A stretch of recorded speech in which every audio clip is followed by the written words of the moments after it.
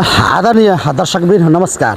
म अहिले सप्तरी जिल्लाको अग्निशहर कृष्ण सवरण गाउँपालिका वडा नम्बर 1 स्थित जन्डोल चोकमा आएको छु र मेरो पछाडि देख्न सक्नुहुन्छ यो एउटा पुरानो पहिला धेरै पुरानो बाटो हो र यो बाटोको छेउमा यो कुलो रहेको छ र किसानको खेतसम्म पानी पुगाउनलाई यो कुलोलाई हिजो गाउँपालिकाको या वडाको तर्फबाट सफाई कार्यक्रम गरेको रहेछ। जुन तपाईँ देख्न सक्नुहुन्छ यहाँ कम्ती यो एरियामा 6 घर बसोबास गर्छ, जहाँ चाहिँ व्यवसायीहरू पनि एउटा हार्डवेयर पसल रहेछ, अर्को सिटी व्यवसाय गर्ने सिटीले सवारी चाहिँ ओहोरदोहोर गर्ने व्यक्तिको पनि यहाँ घर रहेछ जो चार्ज गर्ने। यो बाटो यहाँको कुलोको फोहोर माटो निकालेर यहाँ चाहिँ यो बाटो बन्द गरेको छ। अब यहाँ नयाँ माटो हाल्छ कि हाल्दैन, यहाँ थुप्रो घरहरू कम्तीमा 50 जना 6 घरमा 50 जना मान्छे बसोबास गर्छ र यो बाटो त्यो हेडबानसम्म जङ्गलसम्म जाने गरेको छ र यहाँ हेर्नुहोस् कस्तो बिरान बनाएको छ।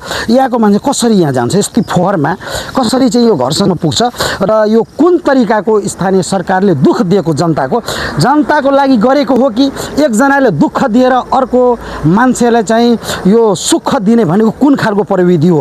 यो चाहिँ यहाँ स्थानीय सरकार जुन निकाय छ आज चाहिँ तपाईसँग यो भिडियो गयो भने म यो सम्बन्धित निकायहरूसँग पनि कुरा गर्नेछु र यो चारोभन्दा चारो यो बाटो चाहिँ व्यवस्थित गर्न म आग्रह गर्ने। जो तपाईको लगभग 10-11 बजेको समय हो। तपाईको यो नहर समितिको मान्छेहरू र वडा सदस्य स्वयंले तपाईको आएर हैन हामीहरूले यो कुलो चाहिँ सफा गर्नुपर्छ भन्ने कुरा राख्नुभयो। ल ठिकै छ, कुलो हो, तपाईहरूले सफा गर्न चाहिँ सक्नुहुन्छ भनेर कुरो गरे र जुन कुलो सफा गर्ने क्रममा मैले बारम्बार भने तपाईहरूले यो कुलो सफा गर्नुहुन्छ र मिलाउँदै आउनुहोला।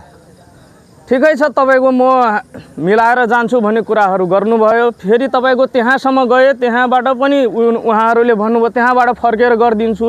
यहाँको बासिन्दाहरूले पनि मलाई आवत जावत गर्न चाहिँ अप्ठ्यारो हुन्छ, उहाँहरूले पनि बारम्बार भन्नुभयो, तर पनि अहिलेसम्म केही भएको छैन।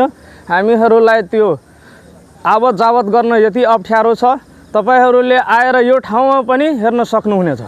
हैन, मैले स्वयं वडा अध्यक्ष सरलाई फोन गरेर भने हैन सर तपाईले एकचोटि आएर यो निरीक्षण चाहिँ गरिदिनु, हैन म चाहिँ फोन चाहिँ गरिदिन्छु, सच्याइदिनुहुन्छ भन्ने कुरा चाहिँ गर्नुभयो। अरूले पनि भन्नु जुन घर बेटीहरूलाई अप्ठ्यारो भयो उहाँहरूलाई पनि ठिकै छ